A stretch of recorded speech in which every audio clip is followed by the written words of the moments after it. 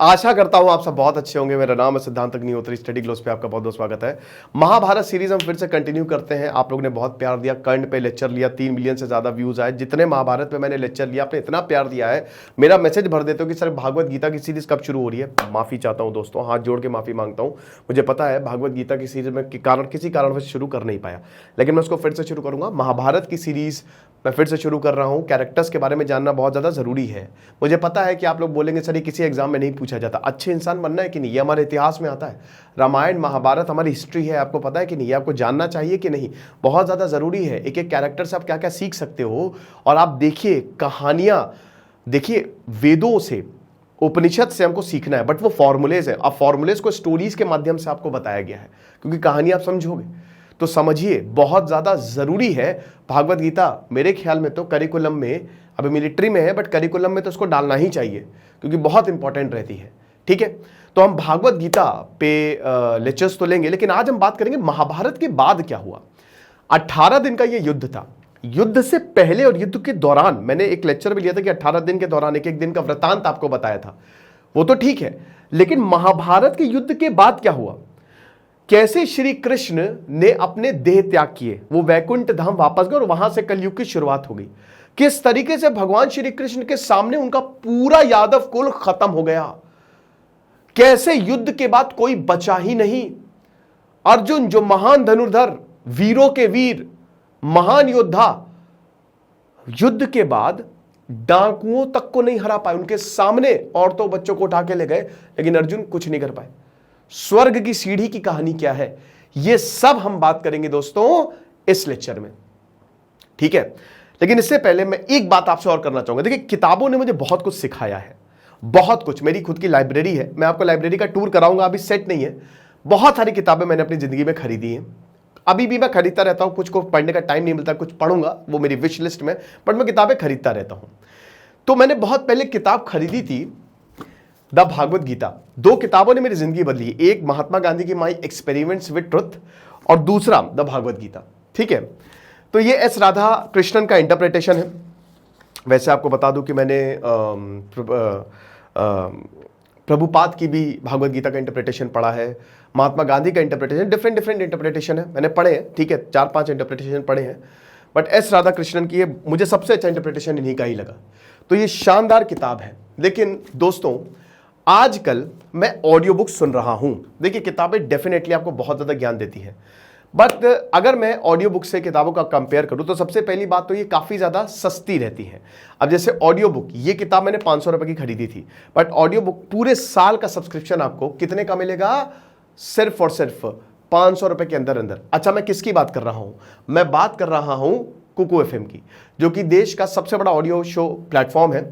10,000 से ज्यादा audio show, 25 lakh से ज्यादा पेड सब्सक्राइबर। तो सबसे पहले तो जैसे मैंने बताया कि सब्सक्रिप्शन काफी सस्ता है, 50 रुपए में आपको महीने का सब्सक्रिप्शन मिल जाता है, इकोनॉमिकल है।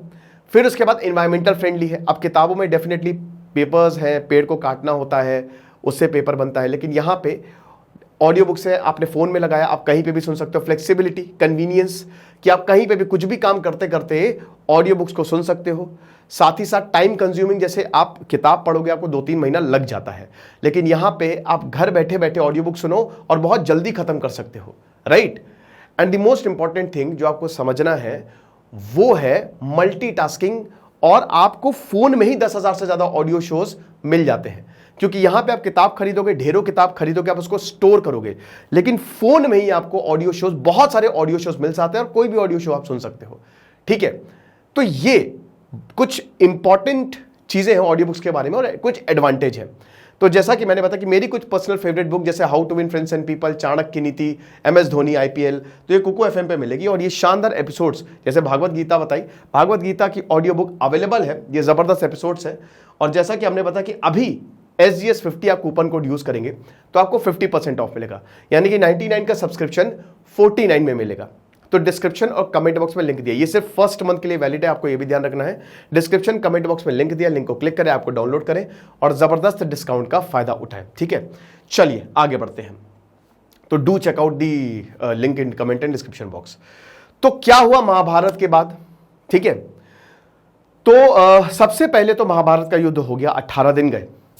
अब 18 दिन के बाद देखिए महाभारत होना था, धर्म की स्थापना होनी थी, लेकिन अभी द्वापर युग चल रहा है। सबसे पहले सतयुग, फिर त्रेता युग, फिर द्वापर युग और अब कलयुग। 4:3:2:1, 4 अवतार सतयुग में, 3 अवतार भगवान विष्णु के त्रेता युग में, 2 अवतार आपके द्वापर युग में और 1 अवतार काल की अवतार कलयुग में, जो कि अभी होना है।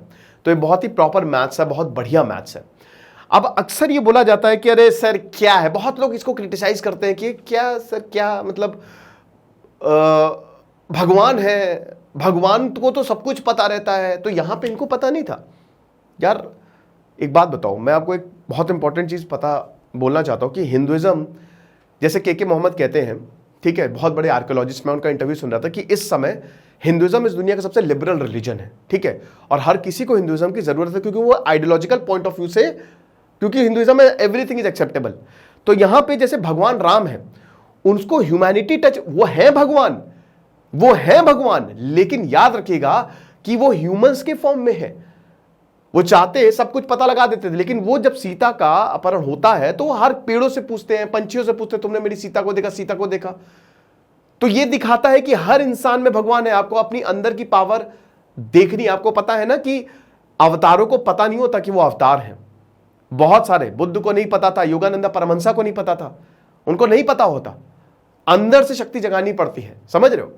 तो सबसे पहले तो ये समझो कि श्री कृष्ण हर कुछ पता है, लेकिन एक एग्जाम्पल सेट करना है उनको, इसलिए वो कभी भी अपनी ताकत नहीं दिखाएंगे, राइट।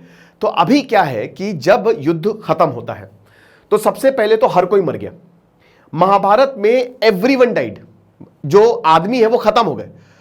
पांडव जो संख्या है उसमें कम थे, कौरव ज्यादा थे, लेकिन ऐसा कोई घर नहीं था जहां पे मौत ना हुई हो।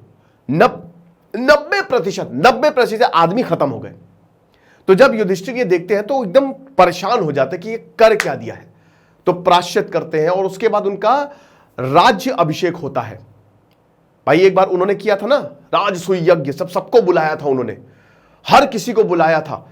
तब बोला था कि देखो, जब उसके बाद फिर मतलब ये ऐसा होता है कि आप चक्रवर्ती सम्राट हो। यज्ञ इसीलिए होता था कि आपकी अथॉरिटी को एस्टैब्लिश किया जा सके।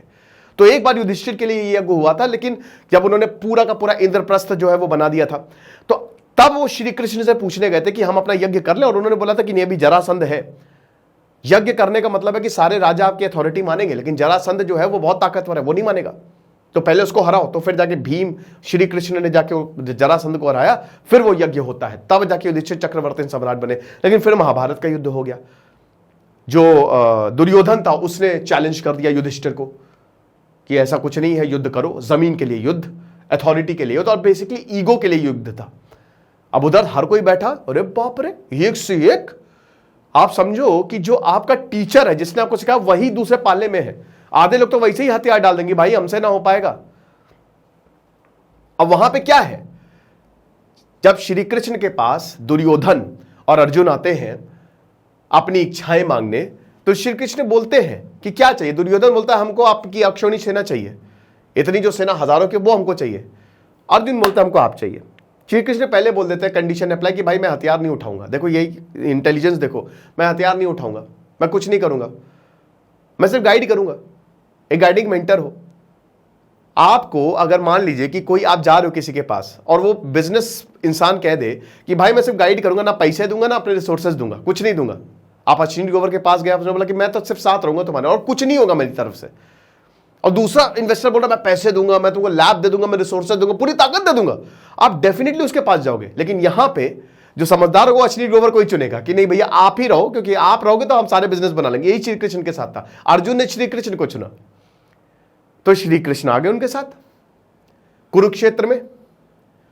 अब भैया सामने भीष्म पितामह, एक तो नाम भी देखो, नाम इतने वीरतापूर्ण होते थे कि मजा आ जाती थी। भीष्म पितामह ने बैंड बजा दी, भाई कोई दिखा ही नहीं। श्री कृष्ण ने यह बोला था कि मैं हथियार नहीं उठाऊंगा पूरे महाभारत में, चाहे कुछ भी हो जाए। लेकिन भीष्म ने इतनी बुरी हालत की, भीष्म पितामह ने, ठीक है, देवव्रत ने वो तबाही मचाई है कि श्री कृष्ण तक ने पहिया उठा लिया था रथ का कि खत्म कर दूंगा मैं।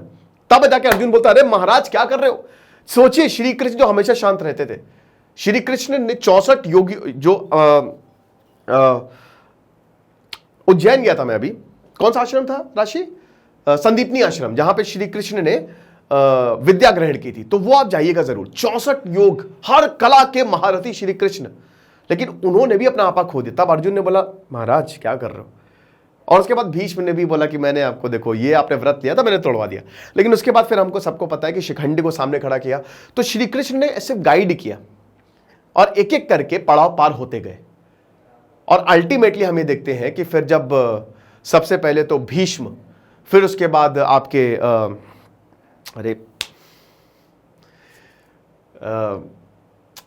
नाम क्या था उनका, गुरु का नाम क्या था रवि, अर्जुन के, अरे कौन थे वो, द्रोणाचार्य। ठीक है, द्रोणाचार्य, नाम भूल जाता हूं मैं, एक तो आजकल बड़ी दिक्कत हो रही है।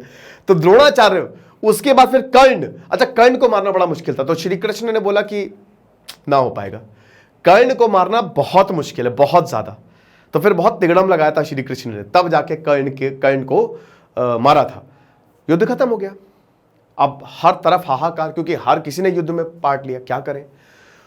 तो शुरुआत के समय युधिष्ठिर का राज्य अभिषेक हुआ, कृष्ण गए कुंती के पास, तो कुंती ने श्राप दिया कि जिस तरीके से तुमने मेरे कुल का नाश किया है, तुम्हारे कुल का भी एकदम ऐसे ही नाश होगा, तुम खत्म हो जाओगे, कोई भी नहीं बचने वाला। उन्होंने कहा फेयर इनफ, इट्स ओके, श्राप मंजूर है, लेकिन आपने भी तो सही नहीं किया, आप भी दुर्योधन को अच्छी शिक्षा दे सकती थी, आपने क्या किया, आपने भी अपने बच्चों को बिगाड़ा है, कायदे से बिगाड़ा है। एनीवे, ये श्राप मिला। श्राप उस समय बड़े डेंजरस होते थे भैया। तो अभी क्या हुआ कि अभी ताकत किसके पास है, अल्टीमेटली हीरो तो श्री कृष्ण, तो यादव वंश के पास ताकत है, यादवों के पास ताकत है, क्योंकि वीर योद्धा यहां पे। अब होता क्या कि शुरुआत में तो डेवलपमेंट ईयर्स थे, क्योंकि अभी कोई आदमी बचा नहीं, तो अभी तो बहुत पीस का माहौल था, शांत माहौल था, और अब कलयुग की भी शुरुआत होने वाली है। ठीक है, सो एवरीवन वाज रीबिल्डिंग का प्रोसेस शुरू हुआ। 36 साल तक हमें देखते हैं कि पांडवों ने राज किया, लेकिन इस दौरान हम ये भी देखते हैं कि वो राज भले ही पीसफुल था, बट वो जो पांडव थे ना, वो अपना चार्म खोते जा रहे थे, है ना। श्री कृष्ण भी, अब देखिए उद्देश्य पूरा हो गया, हम एक उद्देश्य के लिए आते हैं, श्री कृष्ण का उद्देश्य पूरा हो गया, पांडवों का उद्देश्य पूरा हो गया, तो अब यहां पे रहने का कोई मतलब था नहीं, राइट। अब इसी दौरान यादव वंश जो है वो बड़ा ताकतवर हो गया। जब ताकत आती है तो आपको घमंड भी आता है, तो कहते हैं कि यादव वंश के पास थोड़ा घमंडी भी हो गए थे वो। ठीक है, एक बार एक कहानी इस तरीके से प्रचलित है, एक मैं इंटरव्यू में सुन रहा था, तो एक बार क्या हुआ कि जब एक ऋषि आए, तो ऋषि का बड़ा प्रैंक किया यादवों ने उनके साथ, बहुत मजाक उड़ाया। ठीक है, तो ऋषि ने श्राप दे दिया। श्राप ये था, कुछ बच्चे से रिलेटेड प्रैंक था। एक लड़का जो है 15-16 साल का लड़का ऐसा बच्चा कैरी करके उनके सामने चल रहा था कि देखो बच्चा, जब बच्चा पैदा हो रहा है हमारे, इस तरीके का प्रैंक था। तो ऋषि ने श्राप दिया कि ये कल होगा बच्चा पैदा, और ये लोहे को जन्म देगा, और जो लोहा है ना वही तुम्हारी मौत का कारण बनेगा। तो उसके बाद राजा बड़े परेशान हो रहे, बाप रे, लोहे को हटा दो, बच्चे को हटा दो, सबको खत्म किया। लेकिन 36 साल ऐसे बीते, सब कुछ बढ़िया चला, रीबिल्डिंग हो गई, लोग अच्छे, लोग खुश। लेकिन अब लोगों में थोड़ा छल कपट भी आने लगा था, क्योंकि अब कलयुग की शुरुआत हो रही है। ठीक है, छल कपट भी लोगों में आने लगा था। तो अब हम ये देखते हैं दोस्तों, इसी दौरान जो श्री कृष्ण थे, अब उनका भी समय आ गया था। तो एक दिन पूरा यादव वंश जो है वो पिकनिक मनाने गया। ठीक है, पिकनिक मनाने द्वारका, क्योंकि आपको पता ही है ना कि मथुरा से द्वारका कैपिटल शिफ्ट कर दी थी जरासंध की वजह से श्री कृष्ण ने। ठीक है, रण छोड़ इसीलिए बोला जाता है श्री कृष्ण को, लेकिन उसके पीछे भी रीजन था, बहुत इंटेलिजेंट थे, चुटकियों में हरा सकते थे। लेकिन श्री कृष्ण को पता था कि मैं तो चुटकियों में हरा दूंगा, लेकिन मेरी प्रजा का क्या होगा, वो प्रॉब्लम में आएंगे। तो उसके बाद हम ये देखते हैं कि श्री कृष्ण जो है वो द्वारका में गए। अब द्वारका के ऊपर भी खतरा मंडरा रहा था, क्योंकि लहरें बहुत बड़ी बड़ी उस समय उठ रही थी समुद्र से। मैं भी द्वारका गया था, बहुत ही खूबसूरत है, तो लहरें बहुत बड़ी बड़ी उठ रही थी। कोई बात नहीं, तो एक दिन क्या है कि सब पिकनिक मनाने जाते हैं, सब कोई, हर कोई। अब उस समय कृतिवर्मन और सात्यकी के बीच में बहस छिड़ जाती है। सात्यकी बोलते हैं कृतिवर्मन को, कृतिवर्मन कौरव के साइड चले रहे थे, सात्यकी पांडव के साइड चले रहे थे कि तुम क्या हो, तुमने इतने लोगों को मार दिया, तुम ये अपने आप को वीर कहते हो। उधर कृतिवर्मन ने बोला कि तुमने भी तो मारा है। तो ऐसे में सात्यकी जो है गला काट देता कृतिवर्मन का, और उधर से फिर सात्यकी को कोई मार देता। और ऐसे में ही छोटी सी बात पे झगड़ा शुरू हुआ, छोटी सी बात पे झगड़ा शुरू हुआ, और ये झगड़ा बहुत बढ़ गया। अब उस समय क्या कहते, कहानी है कि रेत फेंक के मार रहे थे, तो वो रेत ही लोहा हो गया, वो जो ऋषि का श्राप था वो ऐसा लोहे में कन्वर्ट हो गया। तो सब सामने श्री कृष्ण के, पूरा यादव वंश खत्म, और लड़के खत्म हुआ, किसी ने युद्ध भी नहीं मिला, खुद में ही लड़के मर गए। ये चीज है। बचा कौन? बलराम, श्री कृष्ण और उनका सारथी। अब उसके बाद यहां पे श्री कृष्ण बोलते हैं, अब इसी पैरेलली क्या चल रहा है कि द्वारका डूबने वाली है, तो श्री कृष्ण बोलते हैं कि अर्जुन को बुला के लेके आओ फटाक से। अब जितने भी, क्योंकि यहां पे आदमी तो मर गए, तो जो औरतें हैं, औरतें पिकनिक पे नहीं गई थी, और जो बुजुर्ग है वो पिकनिक पे नहीं गए थे, ठीक है, वासुदेव पिकनिक पे नहीं गए थे बहुत, कि वो अर्जुन जो है वो सबको ले जाएगा, औरतों बच्चों को ले जाएगा, जल्दी से हस्तिनापुर जाओ और अर्जुन को बुला के लाओ। तो फिर उसके बाद अर्जुन को बुलाए। अब इसी दौरान क्या होता है कि बलराम भी शांति से बैठे, और बलराम ने भी अपना जो है वो देह त्याग कर दिया। अब श्री कृष्ण जो है वो बैठे हुए, लेटे हुए हैं, वो शांत, हर चीज में श्री कृष्ण शांत रहते थे, काम है वो, उनको पता था ये होना ही है, ये हो के ही रहेगा। ऋषियों ने पहले ही बोल दिया था, वेद व्यास ने बोल दिया था ये होना ही है बेटा। तो श्री कृष्ण बैठे हैं। अब वहां पे एक शिकारी आता है, अब वो श्री कृष्ण को एक जानवर समझ लेता है और वो तीर मारता है, और श्री कृष्ण के पैर पे तीर लगता है, और वहां पे श्री कृष्ण नारायण स्वयं विष्णु का रूप धारण करते हैं। और उसके बाद हम ये देखते हैं कि श्री कृष्ण भी अपना देह त्याग कर देते हैं और वो बैकुंठ धाम वापस लौट जाते हैं। तो ये उन्होंने विलिंगली किया था, समझ रहे हो? भगवान शरीर विलिंगली छोड़ते हैं, ऐसा नहीं है कि एक तीर से, भाई हजारों तीर उनको नहीं लग सकते, वो थे, हैं, हमेशा रहेंगे, राइट? तो ठीक है, तो ये चीज हुई। अच्छा, अब अर्जुन आता है, अर्जुन जो है वो सबको लेके जाता है वापस। अब इसी दौरान अर्जुन के काफिले पे डाकू हमला कर देते हैं। अब जो अर्जुन ने हर किसी को हरा दिया, वो अपने मंत्र भूल गया, दैवीय अस्त्र निकल नहीं रहे। अर्जुन के सामने जो डाकू है वो औरतों बच्चों को ले जाते उठा के। अर्जुन परेशान कि हो क्या गया मेरे साथ।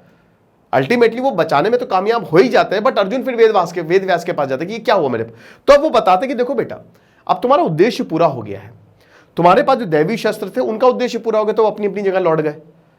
तो अब जब कुछ उनका देखो यही होता है, जो दैवी शस्त्र है वो दैवीय है, वो तुम्हारे पास तब है जब कोई रीजन हो, बिना रीजन के तुम्हारे पास नहीं आएंगे, समझ रहे हो?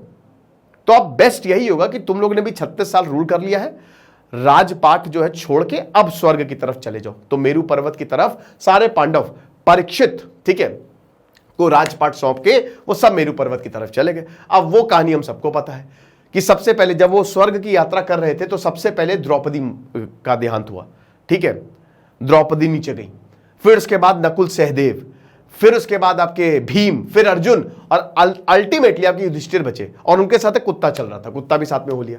तो युधिष्ठिर जब स्वर्ग के गेट पहुंचे, स्वर्ग के दरवाजे पहुंचे, तो फिर इंद्र आए और इंद्र ने बोला कि आ जाओ। तो उन्होंने कहा कि मैं इस कुत्ते के साथ जाऊंगा। युधिष्ठिर ने बोला कि ये मेरे साथ रहा है, बाकी सबने मेरा साथ छोड़ दिया। और फिर वो जो कुत्ता था वो खुद ही यमराज थे, उन्होंने वो असली रूप में आए, और तब यहाँ पे ये बोला कि हम तो तुम्हारी परीक्षा ले रहे थे। और युधिष्ठिर ने पूछा कि मेरे भाई बहन का है, तो उन्होंने बोला मतलब मेरी भाई और मेरी पत्नी का है। वो लगा कि देखो उन्होंने जो सजा थी वो नरक में गए और वो सजा पूरा करके वापस आ जाएंगे, तुम परेशान मत हो। और उसके बाद फिर हम ये देखते हैं कि युधिष्ठिर को फिर स्वर्ग में जगह मिली, और जब जैसे ही श्री कृष्ण का प्रस्थान होता वैसे ही कलयुग की जो है वो शुरुआत हो जाती है, ठीक है। तो ये चीज है। तो ये महाभारत के बाद का पूरा वृतांत था। बेसिकली ज्यादा कुछ हुआ नहीं महाभारत, कोई कहानी इसीलिए नहीं कि उसकी सबका उद्देश्य पूरा हो गया था। शहर वापस बन गए, लोग रिस्टोर हो गए, भगवान जो है वो लौट गए बैकुंठ धाम, और फिर अब एक युग खत्म, अब नए युग की शुरुआत, फिर कलयुग की शुरुआत हुई। अश्वत्थामा अभी तक भटक रहे, ठीक है, उनको अमरता का वरदान था, मणि थी, तो अभी तक भटक रहे वो, ठीक है ना। पूरा ब्रह्मास्त्र श्री कृष्ण ने उनकी तरफ मोड़ दिया था और श्राप दिया था कि तुम भटकोगे और बहुत ही कुरूप उसमें भटकोगे, ठीक है, ये चीज है। तो ये लेक्चर था, आई होप आपको समझ में आया होगा। मैं एक ये पूरा मतलब इस तरीके से, जब शिकारी को नारायण रूप में दर्शन दिए थे तो शिकारी बोले कि मुझसे गलती होगी, तो कोई गलती नहीं बेटा, अब वक्त हमारा भी पूरा हो गया है, अब हमको भी हमारा धरती पे, हम यहाँ पे आ रहे हैं, हम अगर धरती इस प्लेन में आ रहे हैं ना, तो हमारा एक उद्देश्य है, समझ रहे हो। और जब आपका उद्देश्य पूरा हो जाएगा तो आप वापस लौट जाओगे, और जब तक उद्देश्य पूरा नहीं होगा तब तक आप इस साइकिल में फंसे रहोगे, ठीक है, ये चीज है। तो ये शानदार ऑडियो बुक श्रीमद् भागवत गीता आप सुन सकते हैं कुकू FM पे, और जैसा कि हमने बताया अभी SGS 50 आप कूपन कोड यूज करेंगे 50% ऑफ है, 99 का सब्सक्रिप्शन को 49 में मिलेगा। तो डिस्क्रिप्शन और कमेंट बॉक्स में लिंक दिया, लिंक को क्लिक करें, आपको डाउनलोड करें, जबरदस्त इसका का फायदा उठाएं। जैसा कि हमने बताया कि हार्ड बुक और महंगी आ सकती है, लेकिन audio books affordable, time consuming, environment friendly, convenient सब रहती हैं। Thank you so much.